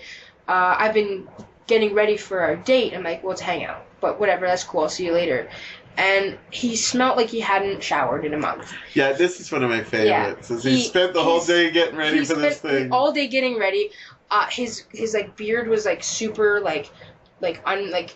uneven and ungroomed, and his hair was like it was like you could wring it out and get like a pile. It was gross. It was really, really gross. He smelled really, really bad, and like that's horrible. Like maybe he has a problem, and sure, okay, we'll try to be optimistic, but you could still do something. Put a bottle of Axe, though I don't know if BO and Axe would smell all that great together. No, but it was that doesn't explain like his beard being not trimmed or his hair being. It was just an awful experience. Like it was awful, and like. And so my cousin was there. Well, that's probably the last thing you thought. You thought maybe it'd be awkward because you wouldn't have anything to talk about. Maybe, and then the last thing you expect is like him coming with like being gross, Pigpen from Charlie Brown. It was bad. Like people walk by and notice. I'm just like, and it was embarrassing. And like even this is my hangout. Even like, Tim and Ed were like. And Ed was like, kind of give me a hug, like, that guy smells really bad. I'm like, yeah, I know. And he's here on a date. Like, imagine like how he normally smells. And it's just like, oh my god, it was so bad. And so, and it's kind of it's kind of funny. So anyways, normally I stay for Freedom Train. I stay the whole night. But I couldn't take it anymore. You were out of there afterwards. And actually what the plan was, I was going to say, hey, I think I'm going to get going, blah, blah, blah. And I was going to kind of just drive around the block and then come back after he left. But then I was worried, like, what if he stays or what if he goes back in? So I was like, no, I'm just going to go home. And so he's like, okay. So I'm like, and the band was on a break. So I said goodbye to everybody, and I give hugs to all of them and whatever. And we go outside, and he's standing there, and I'm like trying to say goodnight, but he's obviously looking for... He wants to like kiss goodnight kind of thing, as if it had gone, like hugging her. And he's like, well, can I at least get a hug goodnight? And I'm like, no. I was like, no, sorry, I don't hug people. And then I thought he just watched me hug everybody in the band. Everybody in the bar. Everybody else in the bar. And I'm like, I don't hug people that I don't know very well. Okay, and I kind of saved myself. Right? So, but there was that little hesitation, and so I drive home, and he had to text me, like, by the time I got home, I had a couple of text messages. Okay. So obviously that didn't go very well, since I didn't even get a hug goodnight, blah, blah, blah. But I'm like, sorry, I don't think it's going to work out. Like, you're a nice guy, but, I didn't really feel anything. So he's just like, okay. And, like, it kind of ended at that. But I broke up with my girlfriend. He was texting to all his friends. It was crazy. Like, it was like, within a week he was buying me a dog, calling me his girlfriend. Like, it was, he'd get like super anxious and uptight that I wasn't like texting and you said him back you have trouble with commitment, so that would be terrifying. Yeah, well, and it depends on the commitment. I can commit to things, right? But it's just like, I do have, and some of my friends give me a hard time. I have like, I want to have a family one day, and I want to, be at least be married. Whether kids come into the equation or not, you never know. Though I think I'd be one badass mom, but I think you would be too. It's but you want a husband that washes. I want a husband that washes, but it's just like, I do like I went on a date that wasn't super great, but it was better than that one. It was like the next one I went on. It was like, well, that was better, and he wanted to go out again, and I was like, well, yeah, we should hang out again, I guess. Yeah, that's fine. And then I found myself driving home like hyperventilating, almost like, oh my god, like if I go on a second date, there'll be a third date, and then all of a sudden I'll be in a relationship with somebody, and holy shit, I can't handle that. Like, no, and all my time will be gone. And what if I just want to go to my friend's house without him following me around? Like, and everybody tells me, like, when you find the right person, you'll want to be with them all the time. And I know that I just haven't found that right person. And like, I'm not, but you also want to be in a relationship where if you do your own thing, that's a good thing. It's a good thing, because right? Then you're excited when you get back together with each other. I hate when you get relationships and then you just burn all your friends' bridges, and suddenly we're too busy and stuff, because you'll need them again. Trust me. Yeah. No, and it's healthy, because when I fell in love, I wanted to make all my relationships better. Yeah. So I don't get these when they basically forget everybody. Yes, right? Yeah, and because I wanted to I want to spend more time with these people. I want them to get to know them. Yeah. So you have had some other bad things that I don't know. She's taking notes here. I have my notes and things. So there was a guy I went out with probably maybe a year and a half ago, and it was fine. And we talked and we went out, and it was okay. Like, it wasn't like that other guy that was like insane. But wasn't love at first sight. Everything was cool until like he would just be like, let's hang out, blah blah blah. And then he's like, well, I'd have you over to my house, but I have no furniture. And I'm like, what? And I'm sitting with my friend, and I'm just like, you have no furniture? I'm like, what do you mean you have no furniture? Why don't I have furniture?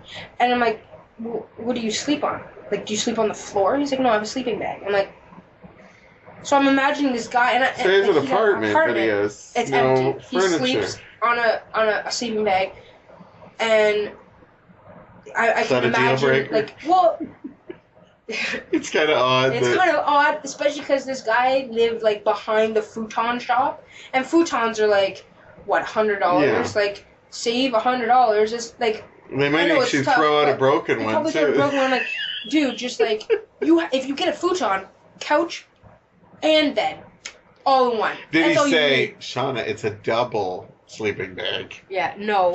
You know what I mean? You know what I mean? It ended there, but it was just that was a weird thing. I was like, do you think he actually had the apartment, or was he just like living there? Well, like, what's that word that? Oh, there's a word. Squatting. Squatting. Yes, was he a squatter? Maybe he's a squatter. But then the I'm gonna save the big one for the end. The last guy, actually, I've gone on a good date recently, which was nice. But I'm glad to hear you get a good ones too. Once in a while, they're sprinkled in very rarely. But this one that I just went on with, he's a really nice guy. But the one before that, it was weird. So everything was fine, and we planned to meet, and it happened very quickly. Like, hey, he started talking to me, and then all of a sudden, he's a couple of days later we're meeting. And I was like, okay, well that's good, and I'd rather that, because you don't waste your time talking to a guy for 2 weeks before you actually meet. And he, when we were texting, talking, we show up on this date. First of all, he's not dressed for a date. He's dressed in like a Buffalo Bills hoodie kind of thing, or whatever.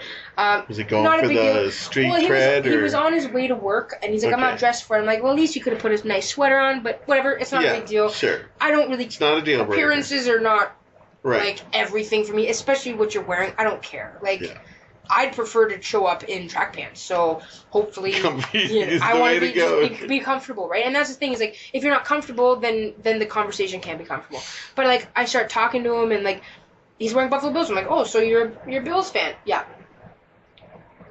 Great. So and then like the conversation was like I'd ask a question and I'd be like, yep, nope. And like it'd be very like one word responsive. So I was like, and it was. And you talked a lot when you texted. We talked a lot, and so I'm like, well, maybe the guy's nervous or whatever, but I couldn't get him to talk, and I'm just like, okay, well, I can't do that. Like I can't. Like I don't have to. It shouldn't be forced. No, right? It shouldn't be like an interview where it's like elaborate, not just yes or no answers. It was very like just like, and it was nothing that I could even like continue. It was like. So, like, within the first 45 seconds of us grabbing a coffee, sports topic was done. And it's just like, all right, okay. And, like, there was points where we were sitting in silence. It was really, really awkward. So, by the time I got home, I had a text message from saying, hey, like, that was really fun, blah, blah, blah. Do you think you'd be into doing that again? I'm like, and I didn't.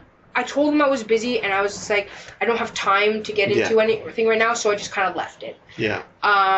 It's hard when you're pulling stuff like that. Yeah. This is something I can tell I'm passionate because I'm pounding the desk, which doesn't translate on a radio show.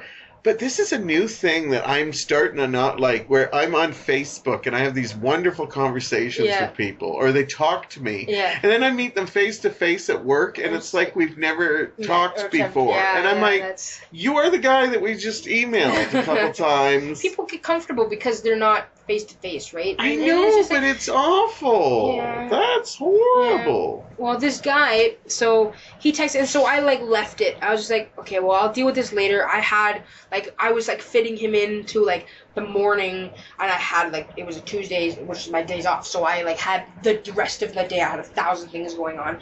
So I'm like, I'm just gonna kind of leave this till when I'm back home and done, and I can like, because I know that how am I gonna let this guy down? And it's again something I have. Not a problem with, but I don't want to say the wrong thing because, I don't want to hurt anybody's feelings. But which is a good thing to have. That's a good trait. Throughout the day, I'm getting question mark, question mark, question mark, question mark, enter, enter. And then he's like sending me text messages like, hello, question mark. And I'm just like, so, and actually, no, I was with my buddy Chris. He had just come back from tour. So I was hanging out with him, so I'm like concentrating on like, hearing about his month-long tour and all this fun, cool stuff. And I'm just like, I'll do this later. So I text him after I dropped my buddy Chris off, who lives in Mississauga. I'm like, hey, like, sorry, I've been busy all day. I'm about to drive home from Mississauga. I'll talk to you later. And I sent that. And then, like, immediately, like, I hadn't even, like, pulled back out of the driveway before I got a text from him saying, okay, but do you want to go out again? And I'm just like, dude, relax. Like, so I didn't respond until I got home. By the time I got home, I had 2 more text messages with question marks. And I'm just like, all you're doing is pushing me away even farther. That's... Like, you're getting, it is a little... Because imagine in a relationship what he'd be like. Exactly. So if you don't respond immediately. So, as I'm pulling into my driveway, my buddy Nick from London had called me on the phone. And I'm like, and we're chatting, and then I get another text message from this guy. I'm like, all right, Nick, you're going to help me let this guy down easy. What should I say? And I don't actually remember what I said, but it was something along the lines of like, hey, listen, it was really nice to meet you. I think you're a really nice guy, but I just didn't feel a connection between us. And actually, I think that's exactly what Nick and I decided to put it, right? So, there was no connection. You're a really nice guy. And I got text message back like, what do you mean no connection? I'm like, how do you... Apparently he got a huge connection. Yeah, I'm like, well, I don't think it'll like work out between the two of us. Like, you're a nice guy, but I don't think it's gonna work out. And he's like, but like, why? Like, what the hell? Like, tell me what I did. Please write an essay about why we're not connecting. And he's like, and I'm like, dude, I don't know how to explain this in any other way. Like, And he's just like, wow, you don't have to be rude about it. And I'm just like, kind of like, and when I had sent the first question, he's like, what do you mean there's no connection? I then called my best friend Sarah's been my friend since we were like 2 years old, and she lives in Vancouver now. So now it's a 3 conference call, and so I told Nick what's going on. He's now laughing. I'm now explaining the entire story to Sarah again. She's now laughing, like, what the hell? And so now the 3 of us are trying to come up with responses because I'm like, I don't even know how to explain to this guy. Like, no, Yeah. like without me being like, you're, you know, I'm not interested because you are like, I don't want to say, you know, that, right? But it's obviously needy. it was it was crazy. And actually, I got a text from him like a couple of weeks ago, like, hey, I'm like, hi, who's this? Like, because I deleted his number, right? And he's like, I almost said his name, but so-and-so. And I'm like, so-and-so who? I'm like, I know a lot of people with that name, so it's a common name. And Ramon. And like he started talking to me, and then I realized like, oh, it's this guy. Shit. And I'm like, it's question mark. Oh my god. It's the Riddler. Yeah, well, so then he's you were like, dating the Riddler. So what's up? And I'm just like, I'm at work. And he's like, where do you work again? And I was like, well, I'm with Quaid. And he's like, oh yeah, I forgot about that. And then I just allowed the conversation to just die. And then he texts me like the next day. He's like, hey. I'm like, no. And I'm like, I'm not doing this. Yeah. I'm not responding. So hopefully I don't keep getting text messages every like few weeks trying to like. I'm like, no, dude. Like, I'm not the kind of person. I don't settle. I expect a lot of people what they give to me, but I also give everybody my all, right? So yeah, I want that, right? I'm not gonna settle. All my friends say like, you know, haven't been in a relationship with anybody because I don't find there being a point. I'm not gonna date somebody if I don't see, you know, it's kind of weird. Like, how can you see a future with somebody when you just are meeting them? Yeah, like, yeah. But you kind of have an idea, like, is this somebody that I, you know, can stand? Yeah, right? And then if it gets that's something good to look for. And like, can I stand this person? I have friends who have had boyfriends that are just like, well, whatever, it's convenient right now. I'm just like, well, you're wasting their time and you're wasting yours. Like, just like be by yourself. Like, who cares? And I guess some people can't. I'm very comfortable being by myself. I don't care. So it'll probably be like the first serious thing I'm in. That'll be it for me. Yeah. But which I'm totally fine with. I don't. But you're not in a hurry. But I'm not in a hurry either. I'm not going to settle. And if it doesn't happen, it doesn't happen, right? So it's not like if it doesn't happen, I'm going to be like this depressed person. Lots of cats. Well, you'll have dogs. I'll have dogs. Can't have cats. I'm allergic to them. I'm just like sneezing. Everybody think I'll be crying from sadness. I'll be like crying because I have 100 cats. And well, that's the thing. A lot of people just assume that when you're single that you're sad. No. And a lot of people are just happy to be that way. You know what? I can change my mind on plans whenever I want. But you have a lot of friends you hang with. I have a lot of friends. Like, I have almost the same schedule. It's pretty crazy. I have almost the same thing every week, and like I love it. It changes, but it's the same. Like I work until 6 on Mondays. I go to the Burlington store where I used to work, and I just kind of like hang out, you know, to catch up with my friends that I miss dearly working with them. And then I go to my friend Sean's house. I usually, you know, I'm lucky to have a freaking gourmet dinner cooked by his wife, she's one of the best freaking cooks ever. And then our friend Chris comes out, and I'm off on Tuesdays, so we like hang out till like 3 or 4 in the morning. And then Tuesday's my day off. I usually, you know, hang out with my buddy Jim. And then it's the same thing. Like it's normal. And I add other things, and it changes. You know, schedules don't match up, but it's pretty much. That's nice. I'm pretty comfortable with things, but this past summer, this is the one that I'm saving. This is the good one. This is the good one. There was this guy I was talking to, and I was very lucky. I had a lot of sound gigs in July. Over the first 2 weeks, I had Canada Day. I had a couple of other sound gigs that I was doing that I was just almost overwhelmed. I normally have like 6 gigs a year kind of thing, and I had 6 gigs in 2 weeks, and it was just like, okay. And it's, you know, it's again something. A lot of times I get hired to help out with something, but this was me being the boss, like me doing this, me having to get people to come and help me, and hiring other people. So it was kind of intimidating and nerve-wracking and stressful. And this guy and I were talking. And he seemed like we had a lot of common. He was also in the music industry, so he said, and it was fine. But every day he'd be like, "So when are we gonna hang out? When are we gonna go out? When are we gonna go out?" I'm like, "Dude, like, you know, I do want to meet up. Like, yeah, I'm into going, but I'm really busy. I'm really stressed right now." I'm like, you know, and we talked, and my birthday's in July, and it's in the first week of July. So he knew, because we had talked about, like, Thursday, you know, Thursday's not good, it's my birthday, blah, blah, blah. And so on that day, he texts me, and he's like, hey, so, like, when are we going to hang out? And I'm just like, all right, dude, like, first of all, I told you I'm into it, but you're really driving me crazy. Like, if you keep asking me, you're just gonna make me not want to go out. Yeah. And so he's like, you know what, you're ridiculous. You're too much to handle. I can't deal with this. I'm like, okay, like, fine. High maintenance. Sorry that I'm difficult because, like, you're busy and you can't. I'm just trying to be fair to you, right? Like, if we go out tomorrow, when I have this huge gig on Saturday, I'm going to not be able to pay attention to a single thing that you say to me. My mind's going to be thinking there. That's not fair to you. I'm just trying to be fair to the both of us to give it a chance, right? Yeah. Like, because if I know how I am, if I've got things on my brain and you talk to me, sure.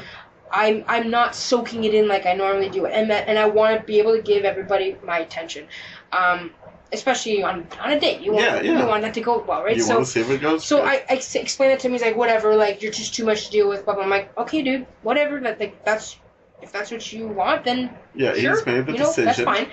And I think he was expecting a different response. I think he wanted me to realize, like, oh no, right? And I'm not that kind of person. So when I was like, okay, dude, like, whatever, it was nice talking to you then, like, good luck. And he's like, I don't need luck. I'll find myself a nice girl. I'm just like, I'm not an asshole. Like, I hope that you do. Like, I'm just telling you, like, best of luck, you know? And he's just like, and he starts going into this, like, huge rant, and he's calling me every name in the book, and he's, like, getting really, texting like, or texting, phone? Okay. texting, yeah. And I'm just like, whoa, buddy, where did that come from? And he's just like, well, I'm trying to, like, meet you. I obviously am interested in you, blah, blah, blah, blah, blah, blah, blah. And he's just like, I'm like, well, if this is how you deal with things when things aren't going your way, sorry, buddy, I'm not interested in any way. Like, you've just, like, closed the door for sure right there. And he's just like, well, I'm sorry, I was mad. I just, like, I really like you and blah, blah, blah, blah, blah. And I'm just like, well, I'm sorry, like, I don't deal with this stuff. And so now he's backpedaling. Yeah. And it's, like, constantly, I'm kind of, like, telling him, like, no, like, that's not happening, but whatever. So it's my birthday. This is all happening. My friend actually had taken me out for dinner, so I'm getting these text messages from him while I'm out for dinner for my birthday. And then my buddy Chris comes over to hang out afterwards at my other friend's house, and we're hanging on the front porch. My friend's house has a nice porch down by Locke Street, so it's like really nice. Summer is porch hang nights, and it's one of my favorite places to be in Hamilton, and so we're hanging on the porch, and I'm telling my friend Chris, and I'm actually saying what this guy had said to me, and my buddy Chris is like getting mad, like he's like, who the hell is this guy? And I'm like, no, because I know what you'll do, because my friend plays a lot in Hamilton, and he's a well-known guy in Hamilton, and and I don't want, I'm not a vengeful person. I don't want him to ruin this guy's career, especially if he's like a promotional person or whatever he said he was. So he said he's in music, Yeah, so I'm just like, no, I'm not telling you this guy's name, and this guy is just like trying to backpedal. I'm like, sorry, dude, like, I'm like, stop texting me, like, it's not happening. You said all of this to me. I'm not interested. I'd like you to stop texting me. That's it. And so, anyways, my friend Chris, he's mad, but he drops the subject. This guy stopped texting me. I'm fine. I go home. I go to bed. I wake up in the morning. Text message from this guy saying, good morning. And I'm just like, and with a smiley face, I'm just like... The smiley face, put it over the top. What the hell? And I didn't even, like... I didn't respond. I immediately actually blocked his number. Because I'm like, no, that's not happening. And I didn't know this guy's last name originally. So I go on Facebook, and I remember him saying he had a picture of him and Tom Wilson. So I went on Tom Wilson's Facebook, and I find a picture of him and this guy, because I've seen a picture of him on his profile. And I find it, and then I see his name. I click on it. I click on the guy's Facebook, and I'm like, and I see who he says he works for. So I'm just like, all right, well, it's a music thing, so I should probably just know where to stay away from. So I look it up on Google, and there's no history of this company ever existing. I'm like, well, that's weird. That's weird. So I searched this guy's name, and I had just learned his last name right that moment. Yeah, right on the at Facebook. 9 in the morning as I'm waking up from my wonderful slumber. And all of these news articles start to pop up. the guy is a convict.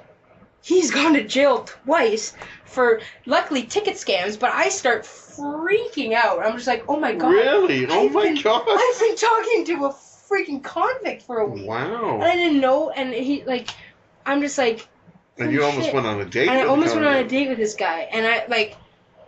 A really aggressive guy, yeah. An aggressive guy, yeah. And so I'm glad. And I never go on a date, like, somewhere private. Like, it's the first date's always like, let's go meet for coffee, or let's go do this, or let's whatever. Sure. Hang out hang out at a bar where my friends are playing or friends are nearby. And I always say, you know, I tell 2 or 3 friends, like, hey, I'm going out with this guy at this place from this time. I'll text you or call you when I'm going home. And that way, you know, if they don't hear from me, they know kind of where to start looking for me. Yeah. And because I'm dating Dexter or something. Yeah. Well, so yeah, this guy, and I'm like reading all these things, and I start to freak out, and I'm like, oh my god, like, holy shit, what if this guy's like, he's obviously crazy, like, yeah. And so I kind of, I'm a little bit spooked, but I also know that I'm okay because this guy doesn't know my last name, yeah. But he knows where I work, so I'm just like, it's not that hard. And it's not. Took me 5 minutes to find him. It's not going to be hard to find me. So, and that's the only thing with social media and everything online these days. It's really easy to find people. Oh yeah. But Google anyone and they'll show up. So that happens. And I'm telling, I had a friend at Burlington who was one of the people that I would talk to every Monday, and I'm telling him this story. I'm like, I don't understand why I'm so bad with guys, why I get all of these crazy people. And like I'm just giving you kind of some of the highlights. There's more that I probably have blacked out of my memory as well. But I'm just like, he's like, well, just do the opposite. Maybe you're just that bad with guys, do the opposite. So now the next day, so this is now 2 days after this guy has... Like, I find out he's a convict, I'm freaking out a little bit, but my freak out has calmed down. This guy, who I normally would not respond to, you know, I just say, hey, not interested on Plenty of Fish, would send me, he sent me a message, and I'm just like, no, but it's opposite day. I'm doing what my friend told me I should do, just to humor him. So I respond, and then this guy and I have a conversation during the morning while I'm getting ready for work. It's nothing big, but he's like, hey, can I get your number, can we text? I'm just like, and I'm also weary, like, I don't want to give my number out, right? I want to talk to somebody for, you know, make sure a while before I start giving out my number, because then they can start calling me and all that crap. Like, no, that's smart. So this guy's like, well, and so this whole convict thing is you know, fresh in my mind. So I'm like, well, and it's opposite day, so I normally would say, no, you can't have my number. But I'm like, okay, well, no, it's opposite day. So I'm about to give my number, but as a joke, I'm like, well, first I need to know if you're a convict, ? LOL. And he's like, well, yeah. And I'm just like... Well, yeah, that casual. Like, you actually asked him? Yeah, but I was joking. I was like, are you a convict? Ha ha, ? But you knew he was. Well, no, I didn't. No, this is a different guy. This is 2 days later. It's a different guy. Okay, I'm sorry. I'm totally... So I'm having opposite day. My friend tells me, just do the opposite of what you normally do. I see. I thought this was the same guy. So this is a new guy. So you thought for fun, you just say, are you a convict? It was a joke, because this guy and I had, like, 3 days after me and this dude are not... God. So I text him, like, are you a convict? Because and the only reason I'm responding to him is because it's opposite day. I'm doing my friend said, just do the opposite. Yeah. If you don't think you'd respond, maybe you'll hit it off with a guy that you don't think you'd hit it off with. That's a wonderful idea. So I did that. And it worked, because you found out another one. Well, so yeah, he responds with, yes. Is that a problem? And I'm thinking, well, don't jump right away.